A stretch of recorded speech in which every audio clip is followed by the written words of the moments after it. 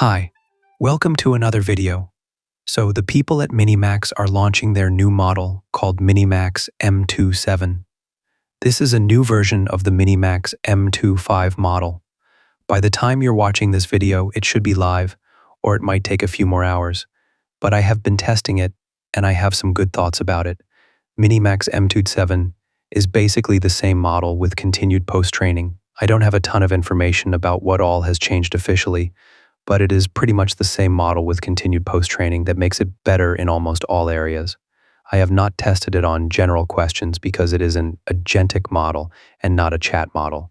It is lower in parameter count while delivering very impressive performance, which is pretty great. So, how does this model actually perform? Well, it's quite good.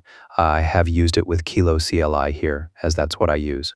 You can easily connect the MiniMax coding plan here by running Kilo CLI and then running the /connect command here, and then you could select the MiniMax API or the coding plan endpoint and then enter the API key, and you should be set up.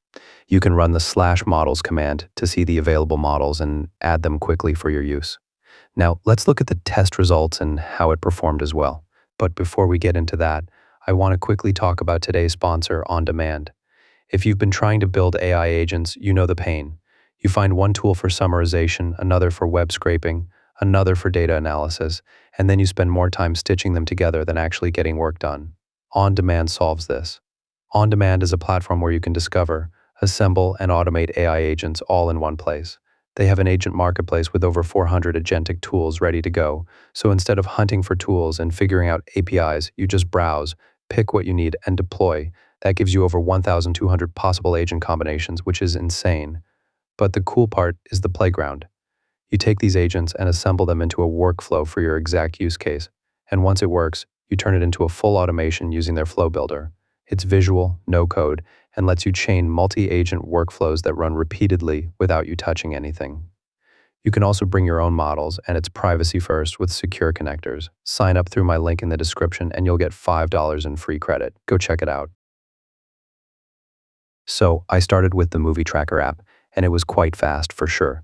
Like, it did stuff quite quickly, and it will also have a high-speed version, which will cost a bit more but would be even much faster, which would be awesome for sure if you ask me. Secondly, they have also made it really much less prone to overthinking, and it also does much better tool calling than before. It still lacks a bit in raw knowledge, but the instruction following is great. So if you give it something like a skill or stuff, then it adheres to that pretty well, and you can actually make it work quite well on a specific task by giving it like proper step-by-step instructions. So you could use models like GPT 5.4 for planning, and then use something like the Minimax M27 model to just implement that plan, which is how I prefer to use it as well. Anyway, if we look at how it worked, then it is quite good, considering that it is a really small model and is so fast. I think that this is really good. You could potentially even run it locally on relatively cheaper hardware and make it work quite well. So yeah, this is quite good. Next up, we have got the terminal calculator using Go here. I asked it to make me a terminal calculator with Go using bubble tea, and it works quite well if you ask me. It's pretty simple and good looking. So yeah, this is also good. This one was also very fast and it did this quite quickly as well. So yeah, the speed is really good to see. It's really good in the sea of models that can be really slow. Next up, we've got the Nuxt app, and it is also really good. Like, this is on par with what you get with something like Codex while being extremely cheap and extremely fast. Here I asked it to build me a Stack Overflow clone in Nuxt that comes with an SQLite database and so on, and it did this really well. You can see that it looks really good. The front-end design is really good. You can ask questions, log in and sign up and do everything that you'd expect, which is really very cool to see. Code quality was also pretty good, and the functionalities worked very well as well. So that's great. In the Svelte app, it got confused a lot, but eventually it made something that is actually really very good. Like, it is one of the best generations that I have seen yet by any model. It added some really neat features like adding colors for the boards and stuff like that as well, and it works very smoothly and has a ton of transitions and stuff like that as well. There are still some shortcomings, like sometimes it doesn't update asynchronously, so there's that. This one is quite good. Then we've got the Tauri app, and this one also doesn't work because it is really small. It doesn't know much about Rust and Tauri. I think if you give it a Tauri-related skill, then it can handle that as well. I didn't do that because it would not be fair to other models. This model is just punching above its weight class so much. It's really insane what really good training can do to such relatively small models. The Godot game question also works, but the OpenCode one doesn't. This makes it score the 4th position in my leaderboard, which is quite good for a model that is this small and this cheap. Minimax models are the most underappreciated models for sure. They are so fast, they are so cheap, they are so small. The models are literally really good for the size and price and speed. In hyperspeed versions, it is even more insane. So yeah, that is kind of great for sure. I think that if you combine it with the skills in something like everything Claude Code that gives you things like the front-end design skill and stuff, then it will be really awesome. You can easily get some even better results with this model by steering it toward your preferences with skills and stuff.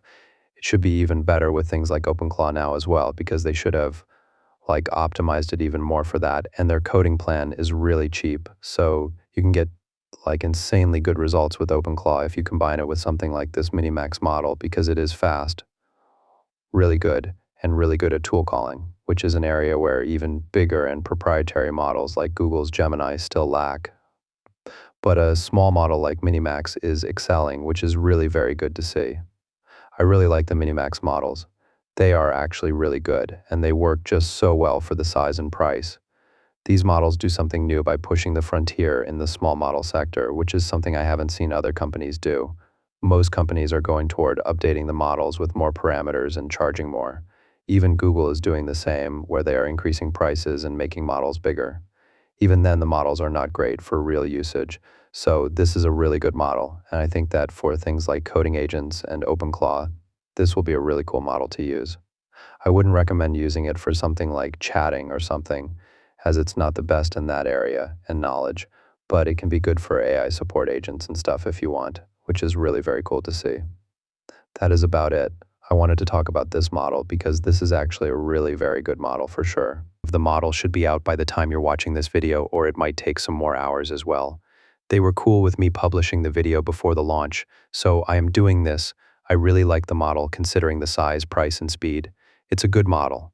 It hits the nice spots of making a good usable model, and using it with things like OpenClaw should be a breeze as well. It should be available in their coding plan as well, which is even cheaper. It has real value for sure. Overall, it's pretty cool.